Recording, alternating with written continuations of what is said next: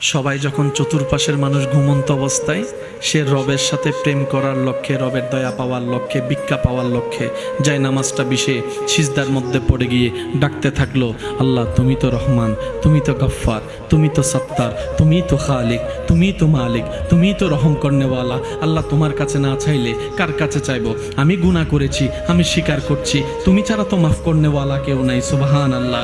তুমি ছাড়া তো ক্ষমা করনেওয়ালা কেউ নাই। আল্লাহ তুমি রিজিক দিলেই তো খেতে পারবো, তুমি রিজিক দিলেই তো ডুকটা কিলতে পারবো, তুমি রিজিক দিলে তো পেটের মধ্যে যাবে, তুমি দয়া করলে তো খাবারটা হজম হবে, তুমি যদি দয়া উঠায় নাও খাবার খেলেও তো হজম হবে না, আল্লাহ সেটা বদহজমই হয়ে যাবে। আল্লাহ তুমি ছাড়া আমার কেউ নাই। চোখ থেকে পানি ঝরতেই আছে, রবকে বিভিন্ন গুণবাচক নামে ডাকতেই আছে, কখনো রহমান বলে, কখনো রহিম বলে, কখনো গফফার বলে, কখনো সত্তার বলে, কখনো জব্বার বলে, কখনো খালিক বলে, কখনো মালিক বলে, বিভিন্ন নামে ডাকতে আছে, চোখের পানি ফেলতে আছে। এবার রব ডাক দিয়ে বলে, ও ফেরেশতা তোরা 1000 বার সিজদা দেছস, আমি অস্বীকার করব না, কিন্তু একটু দেখ আমার পটিয়ার ওই বান্দা বান্দির দিকে দেখ, কখনো এরকম চোখের পানি ফেলে ফেলে আমাকে রাজি করার জন্য ডাকছস বলে তোরা একজন দেখা, কখনো ডাকস নাই।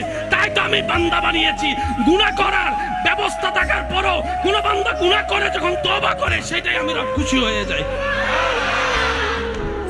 আল্লাহ পাক বলে যে এটাই আমার ভালো লাগে।